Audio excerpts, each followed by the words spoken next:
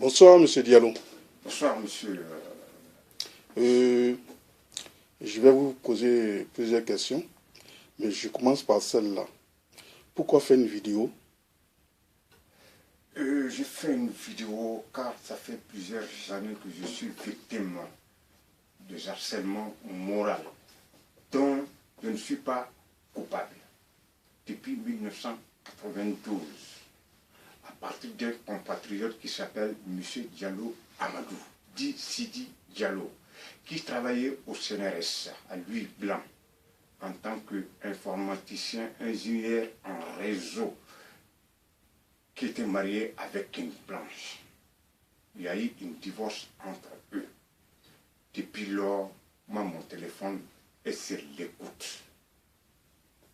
Tu as des preuves de ce que tu avances? Affirmatif. J'ai des preuves. Depuis lors, moi, je suis sur l'écoute. Quand je dis ça aux gens, les gens me prennent pour un malade. Non, j'entends des voix. Non, tu es malade. Jusqu'à un jour, un compatriote dont cette personne est d'origine togolais.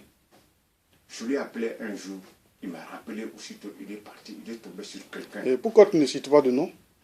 Ce gars-là, il s'appelle, parce que je ne cite pas son nom, parce que si je cite son nom, vis-à-vis de son anonymat, je préfère garder son anonymat. Mais je sais qu'il est d'origine togolais et malien. Papa togolais, maman malienne. D'accord. Donc lui-même, il m'a confirmé comme quoi ton téléphone est sur l'écoute. Ce que tu me disais, c'était la vérité. À chaque fois que je téléphone, je tombe sur quelqu'un maintenant. Avant que je tombe sur toi, je tombe sur une personne qui transfère l'appel.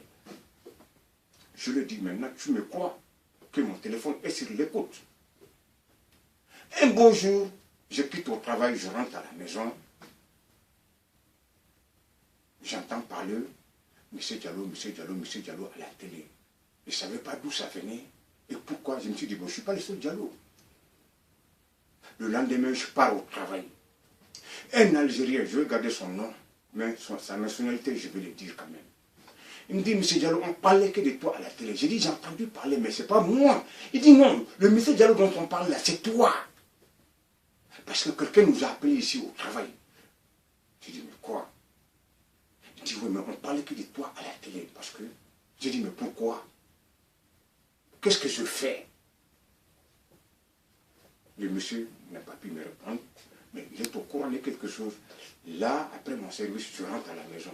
Encore. Je commence à discuter avec les d'origine togolais. J'ai tous les preuves ici écrites. Le monsieur me dit, si tu vois qu'on parle de toi à la télé, c'est moi qui ai dit au président de la République.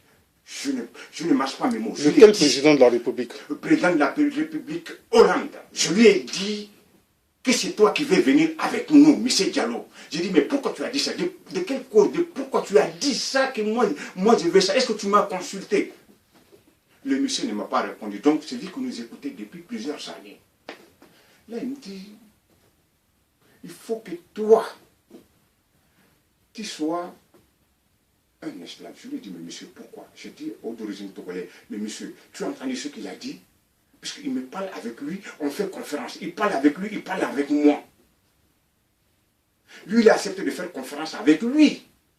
Il est devenu même son complice quelque part. À la longue, lui aussi, il a compris. À la fin, le monsieur est devenu notre ennemi. Ennemi de nous tous, de mes associés, de mes compatriotes dont je suis de même ethnie, que moi-même je connais déjà. Certains sont présents ici, mais qui vont témoigner, mais pas à tête nue, si je peux dire. Ils ne vont pas témoigner ça comme ça. Ils vont témoigner quand même, à tête cachée, si tu le suis. Mais pourquoi vous voulez qu'ils témoignent en tête cachée? Parce que ces personnes-là aussi ont été victimes par les harcèlements moraux. Par ce monsieur-là. Revenons à nos moutons.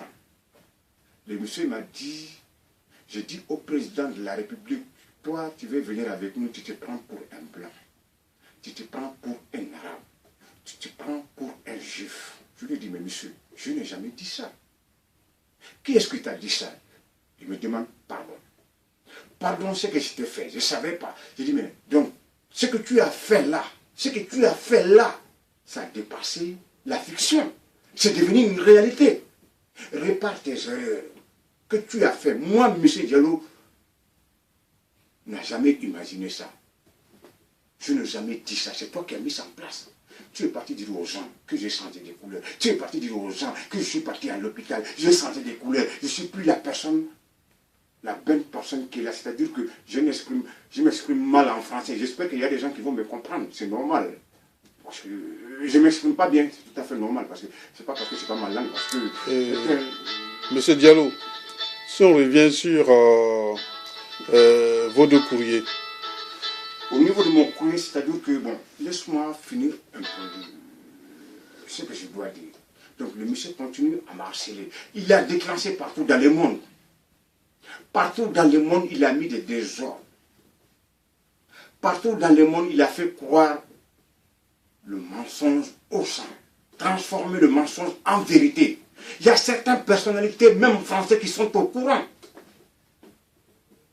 Écoutez-moi attentivement. Peut-être que je ne m'exprime pas mal, mais j'espère qu'il y a certains qui vont me comprendre. J'ai écrit au ministère de l'Intérieur pour expliquer la situation à laquelle je me retrouve actuellement. Pour lui faire comprendre qu'il y a quelqu'un qui me harcèle. La personne me confirme qu'il travaille au ministère de l'Intérieur. Donc j'ai voulu savoir vraiment si la personne travaille là-bas. Effectivement, la personne travaille là-bas. Mais est-ce que vous connaissez le monsieur? Vous l'avez déjà vu? Je ne le connais pas de vue. Vous l'avez déjà vu? Vous avez déjà conversé? On a conversé au téléphone, moi et lui. C'est quelqu'un qui vient de mon pays. Il est malien, d'origine malienne, métis d'après lui-même. Et qui travaille au ministère de l'Intérieur? Il travaille au ministère de l'Intérieur. Il y a des Maliens, même noirs, 100% qui travaillent au ministère de l'Intérieur. Donc moi-même, je le vis avant-hier, dans un café à la gare du Nord. Et pourquoi tu ne l'as pas interpellé? Je ne peux pas l'interpeller. Parce que je suis venu du Mali. J'ai quitté au Mali le 27, je suis arrivé le 28 à Paris. Vers 12h et quelques, je suis arrivé. Mais un gars qui traîne ta vie depuis un moment, tu le vois, qu'est-ce qu'il faut faire réellement? Qu'est-ce qu'il faut faire réellement? Voilà, tu l'as vu, le monsieur. Mais je ne peux pas faire quelque chose contre le monsieur. Ici, c'est un pays de loi. Tout ce que je peux faire, c'est d'écrire. On n'est pas dans une bataille. Mais tu ne le connais pas, tu n'as pas de preuves, tu n'as pas son nom, et tu l'attrapes. Qu'est-ce que tu peux faire, même si tu écris? Et qu'est-ce que ça, tu penses que l'enquête n'a pas abouti, et tu l'as vu toi-même, celui qui te fatigue dans la vie. Je ne l'ai pas vu vis-à-vis, mais dans le téléphone, j'ai des gens qui peuvent le confirmer, qui se trouvent ici actuellement, qui vont témoigner tout à l'heure, parce qu'eux-mêmes sont victimes, même leurs familles sont victimes. Parce que ce gars-là, il ne sait plus quoi faire. Il y a la haine dans son cœur. Je lui ai demandé, qu'est-ce que je t'ai fait exactement? Explique-moi. Qu'est-ce qui s'est passé exactement? C'était verbalement, mais c'était par voie téléphonique. C'était par voie téléphonique. C'est-à-dire qu'il a un système où il peut rentrer dans le logiciel, il peut communiquer, c'est-à-dire une conférence. Il rentre, il parle avec moi, il parle avec l'autre, il écoute tout ce qu'on dit. Il a conférence avec le Togolais m'a confirmé. Je peux même l'appeler tout à l'heure si la force me permet de dire tout, même je ne sais pas si je pourrais dire tout. Ce gars-là, il est dépassé, il est trop. On ne peut pas le qualifier. Moi, je crois que ce gars-là, il est né avec la haine. Je lui ai dit la dernière fois, il est né avec la haine. Donc, s'il y a un parent à lui, parler, c'est difficile. S'il y a un parent à lui qui a fait mal, un parent noir à lui qui a fait du mal à lui, qui aille voir cette personne-là, qui règle leur histoire sans passer par moi. Donc, j'ai été une opportunité pour lui, pour pouvoir se venger. Je le dis, ça ne pourra pas marcher. Mais ma question, oui. Monsieur Diallo, oui. Il y a plein de Maliens, il y a des compatriotes, il y a des Africains, il y a tout ça. Pourquoi l'harcèlement va directement sur vous? Je te dis dès le départ, depuis 1992. Pourquoi vous? Mais depuis 1992, je te dis que ça a commencé par là, un compatriote qui s'appelle M. Diallo Sidi, un informaticien qui travaille au CNRS à Louis Blanc, qui était marié avec une Française. Moi, mon harcèlement moral a été commencé à partir de là. Parce que cette personne n'attendait pas avec sa femme. Il y avait des communautés, des communautés des Blancs, Portugais qui n'aimaient pas que M. Diallo Sidi sort avec cette femme-là, qui soit mariée, qui vivent, qui font, je ne sais pas comment je vais t'expliquer ça, qui soit en famille. Ils ont tout fait pour les séparer. Ça a foutu la haine. Ça, c'est normal. C'est une affaire personnelle, alors, si je veux comprendre. Ça peut être personnel, mais tout affaire est personnelle, si ça te concerne. Oui, mais parce que, en t'entendant parler, tu parles que c'est les Africains qui sont attaqués. Par un moment, je n'ai pas dit tout l'Africain. Je n'ai pas dit tous les Africains plutôt.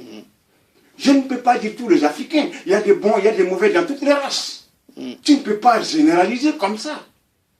C'est celui qui t'a fait du mal en âme et conscience. Laisse-moi finir. Oui, M. Diallo, vous n'allez pas finir. Moi, j'ai des questions à vous poser pour mieux comprendre. Oui. Durant toute cette lutte-là, durant toute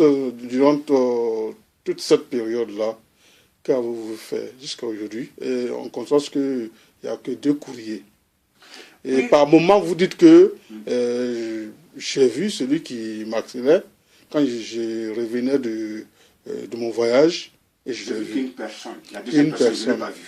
La deuxième personne, tu ne l'as pas vue. Mais quelle action vous avez menée jusqu'à aujourd'hui? Et ça dure plus de 15 ans, d'après vos explications. Quelle action réelle? L'action que j'ai pu mener, tout simplement, la seule solution. Ça veut dire que si vous êtes allé à la police, et quand vous êtes parti à la police, qu'est-ce qui s'est passé? C'est ce que je voulais savoir. Je suis allé en police, au commissariat des Beauvais. Je suis allé, je me suis expliqué. Au départ, on me prenait pour un malade. Je suis parti. Je suis allé au travail, j'ai expliqué. Il y avait d'autres collègues qui travaillaient. Je vais en venir sur ça aussi, qui m'ont dit qu'il faut retourner au commissariat pour aller t'expliquer. Ce que j'ai fait, je suis retourné au commissariat. J'ai expliqué. Pendant ce temps, il y avait une autre personne qui était dans son bureau. J'ai mis un micro, je ne sais pas comment. La personne m'écoutait pour voir si vraiment je suis une personne normale. Quand ils ont fini de me dissonner, tout ça là, la personne est venue me dire, oui, tu n'es pas fou. Mais on va essayer quand même de te mettre en écoute pour voir d'où vient l'écoute téléphonique. C'est ce qu'ils ont fait. Quand ils ont vu que j'étais écouté par le ministère de l'Intérieur, je suis retourné au commissariat pour les expliquer. Le commissariat des Beauvais m'a dit, ça dépasse notre limite, M. Diallo. La seule solution, tu laisses le téléphone et tu te promènes. Pendant ce temps, je suis obligé de le dire. C'est-à-dire que j'étais parmi des gens aussi, ces gens-là, avec la haine. Je suis obligé de dire, même s'ils sont noirs comme moi, je suis obligé de les dire, pour que cette pratique-là, qu'on cesse cette pratique-là. Ces gens-là étaient là. Ils sont entiers.